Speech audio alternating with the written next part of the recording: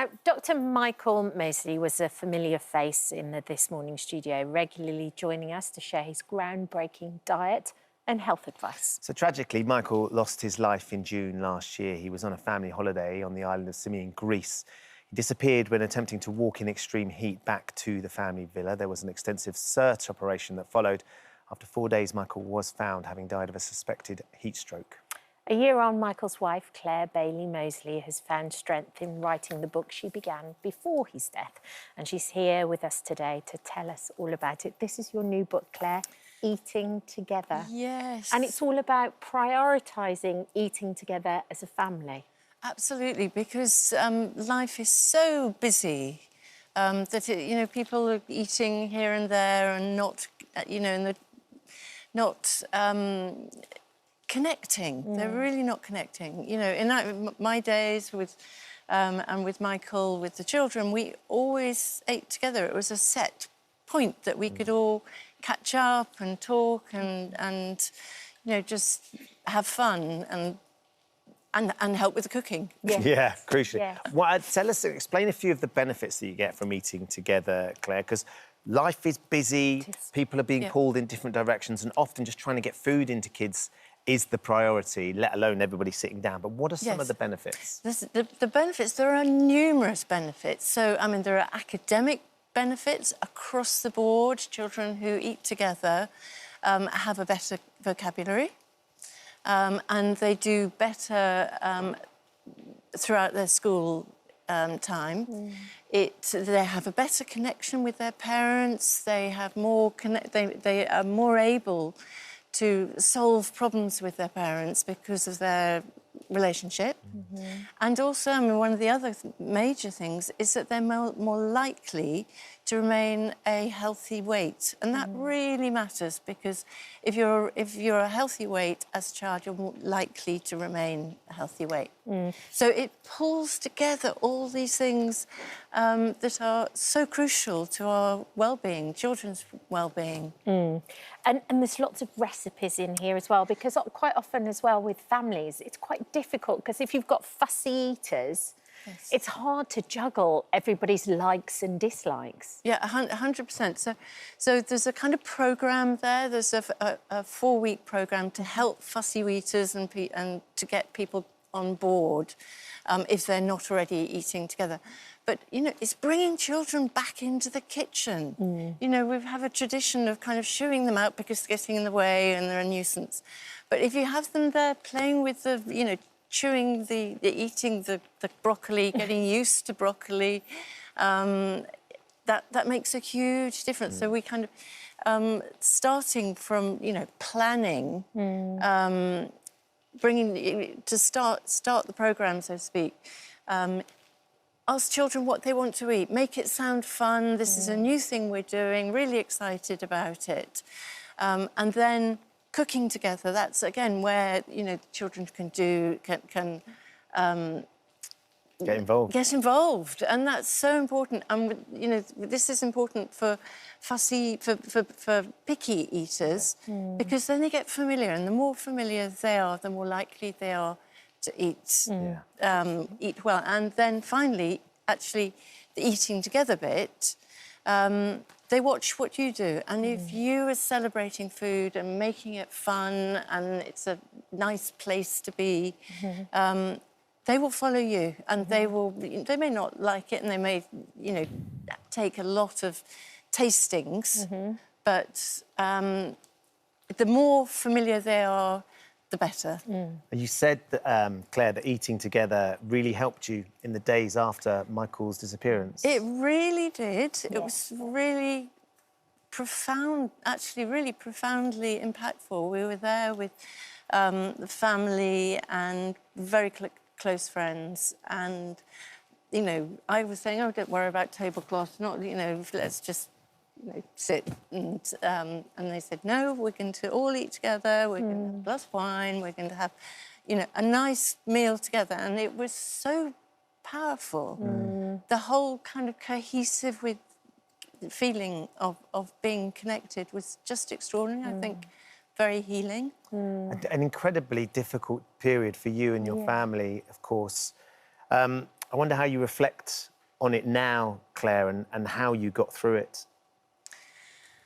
In a bit of a blur. With the children were incredible, and they were just so sensitive and supportive, and even kind of some months on, because they're all independent, and some months on, I'd find them, one of them kind of, they'd arrive on my doorstep and like, oh, that's nice to see you, and they've got this sort of informal sort of rota to keep me ticking over. Yeah.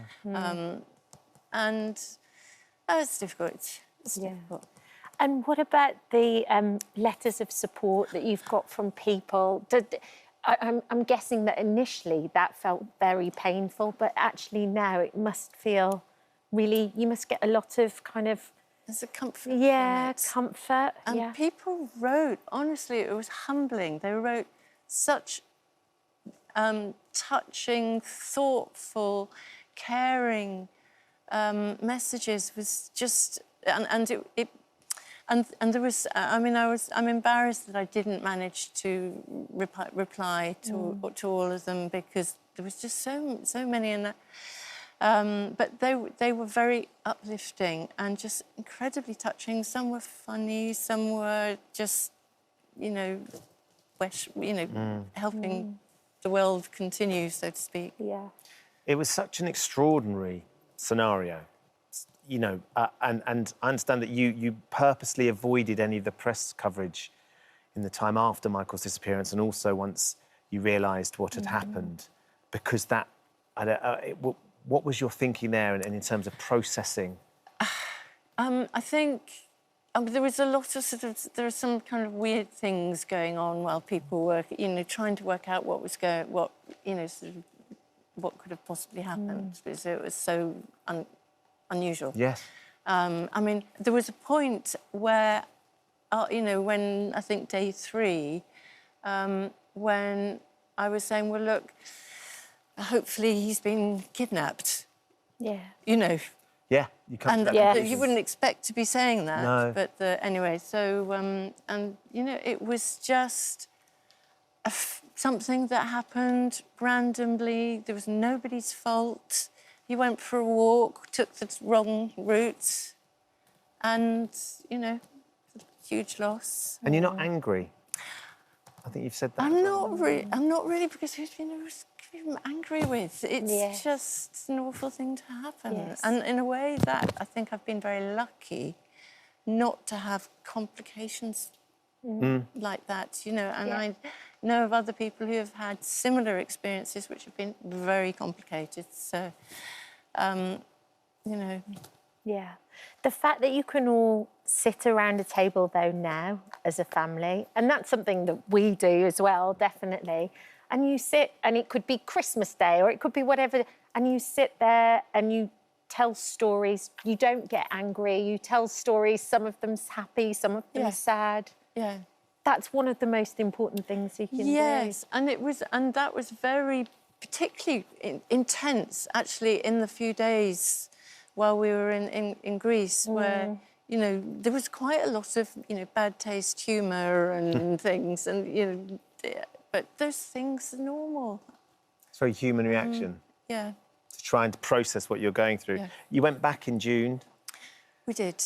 I imagine that was an important sort of moment for you all to be able to remember Michael and to go back. Yeah. Yes, no, it was good, with all the children and their partners and our great friends. And it was, it's a beautiful place, a lovely, and we didn't stay very long because it has, difficult connotations. Yeah.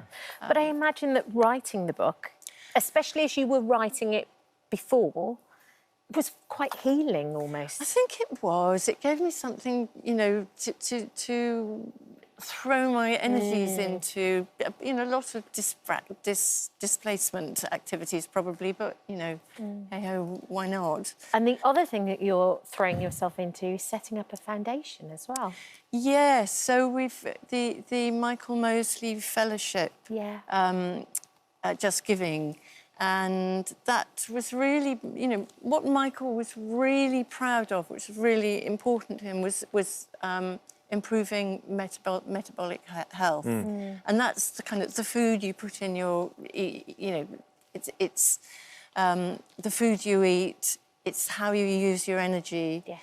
And it's like, you know, if you use an analogy that, you know, if you have a car and you look after it well and keep it in good shape, it will last a lot longer. Yes. And at the moment, a lot of us are eating poor quality food, ultra-processed food, that's causing a lot of illness. So one of the things that I was keen to have in the book is lots of healthy recipes. Great.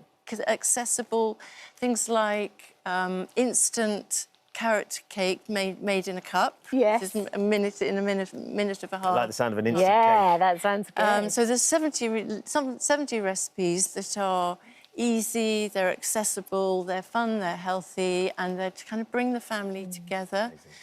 Things like there's various things like Cheats Pizza, which is instant and quick. You know, get it going.